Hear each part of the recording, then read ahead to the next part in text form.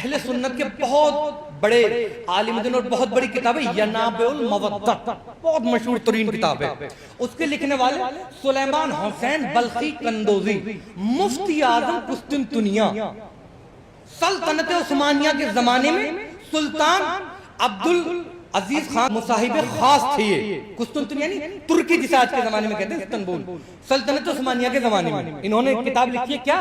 ینابع المودت. 100 باب باندھے انہوں نے اس میں فضائل آل محمد پر، اور جو 16ویں نمبر کا باب باندھا ہے وہ ہے علی قصی منار والجنہ. بھی تھوڑے متوجہ رہیے، علی قصی منار والجنہ. اور راوی کون ہے؟ عبداللہ ابن عمر. وہ کہتا ہے کہ میں نے اپنے ان کانوں سے سنا، ان آنکھوں سے دیکھا، اللہ کے نبی نے فرمایا کہ اے علی، قیامت کے دن کیا عالم ہوگا کہ آپ ایک نور کے تخت پر جلوہ افروز ہوں گے. آپ ایک نور کے تخت پر بیٹھے ہوئے ہوں گے، آپ کے سر پر نور کا ایسا تاج ہوگا کہ اس سے ایسی روشنی نکل رہی ہوگی کہ اہل محشر کی آنکھیں خیرہ ہو رہی ہوں گی، چکا چوند ہو رہی ہوں گی. یا علی، ایک منادی ندا دے گا، ایک آواز دوش فضا پر بلند ہوگی کہ رسول اللہ کے بھائی کہاں ہیں. میرے کوئی جملہ نہیں، صرف روایت پیش کر رہا ہوں، اور نہ میرا کوئی نقطہ ہوگا، صرف اس لیے روایت آپ کے سامنے پیش کر رہا ہوں. آواز آئے گی کہ رسول اللہ کے بھائی کہاں ہیں. آپ کہیں گے کہ میں یہاں ہوں. یعنی پھر آواز آئے گی کہ اے علی، اللہ کا حکم ہے کہ آپ ماں تخت اپنے تخت کے ساتھ پلے صراط پر آ جائیں. ارے پتہ نہیں آپ کیسا سننا ہے. آپ ماں تخت اپنے تخت کے ساتھ، تخت سے نہ اتریے، اپنے تخت کے ساتھ پلے صراط پر آ جائیں. یا علی، جب آپ پلے صراط پر آئیں گے، جبرائیل آپ کے پاس آئیں گے. آنے کے بعد ایک پرچہ، ایک تحریر آپ کو آپ کے ہاتھ میں دیں گے.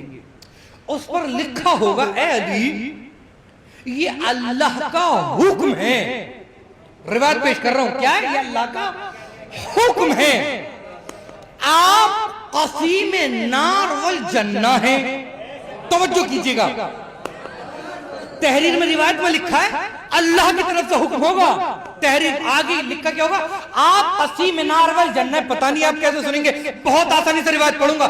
آگر کر روایت میں لکھا ہوا ہے، آگے لکھا ہوگا اے علی، جس نے آپ سے دنیا میں محبت کی، آپ کی ولایت کا اقرار کیا، آپ بحساب و کتاب آپ اسے جنت میں داخل کر دیجئے. میں بھی تشریح بھی کروں گا تبھی لطف آئے گا. اور ایک بات اور عرض کر دوں، میں جو بھی پڑھوں گا ایک ایک لفظ کا ذمہ دار ہوں. حوالے سارے لکھ کے لے کے آئے ہوں، جس سے ضرورت ہوگی پہنچ سکتا، پیچھے بات مت کیجئے گا. اور میری طرف سے یہ بھی اجازت ہو، اس لیے کہ سنت صحابہ ہے اور سنت رسول بھی ہے. رسول جب منبر پہ ہوتے تھے صحابہ کھڑے ہو کے پوچھتے تھے یہ بتائیے یہ بتائیے.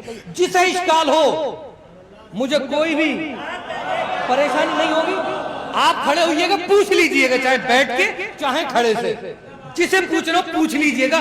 روایت حوالہ سب کچھ لکھے ہوئے، کتاب کے نام میں بول رہا ہوں، صفحہ نمبر آگے جسے چاہے نمبر سے بول رہا ہوں. میرے پاس سب کچھ لکھا رکھا ہے، جتنی روایت آپ کے سامنے پیش کروں گا 10 دن جو بھی پڑھوں گا. اب سنیے کیا کہا؟ آپ قصیم نار والجنہ ہیں، جس نے آپ سے محبت کی، آپ کی ولایت کا اقرار کیا، اسے حساب و کتاب جنت میں داخل کر دیجئے. اور جس نے آپ سے دشمنی رکھی، آپ کی ولایت کا انکار کیا، اسے بغیر حساب و کتاب، اسے حساب و کتاب جہنم میں داخل کر دیجئے. اب جملہ سنیے گا، لطف آئے گا. بھئی دشمنان علی کہاں جائیں گے؟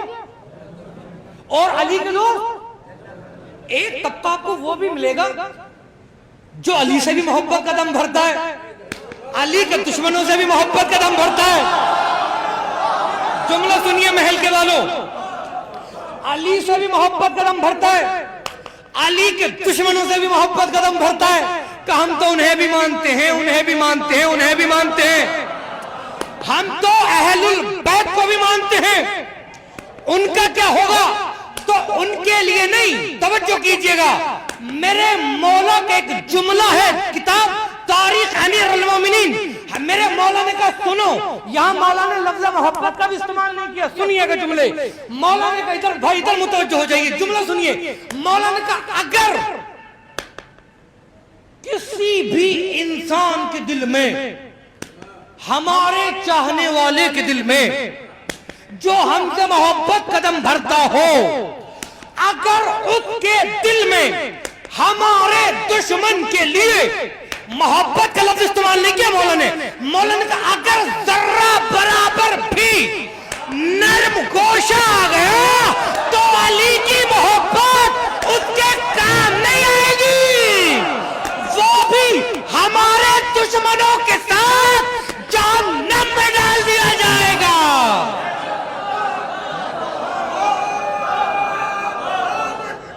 یا علی ہے.